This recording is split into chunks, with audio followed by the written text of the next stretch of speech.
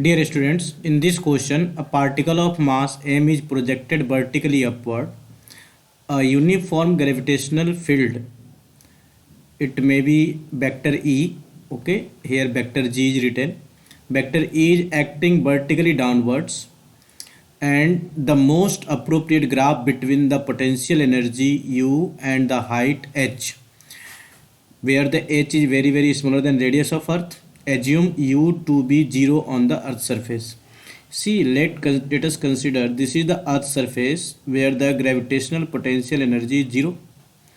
As we project the body of mass m, okay, then acceleration due to gravity is acting downward, that is g, okay, and for h height h, where h is very smaller than r, then g is constant,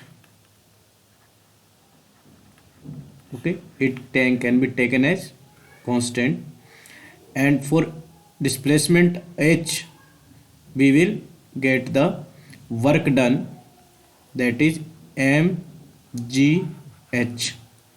where mg, that is constant, and this work done on the body is stored as potential energy in it. Then u will be mgh, okay. Then u is, if mg is constant, this can be written as constant, then it can be directly proportional to h, okay.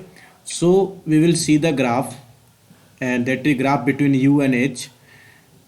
If the two physical quantities are directly proportional to each other, then a straight line is to be determined. Then first graph will be correct. Okay, thank you.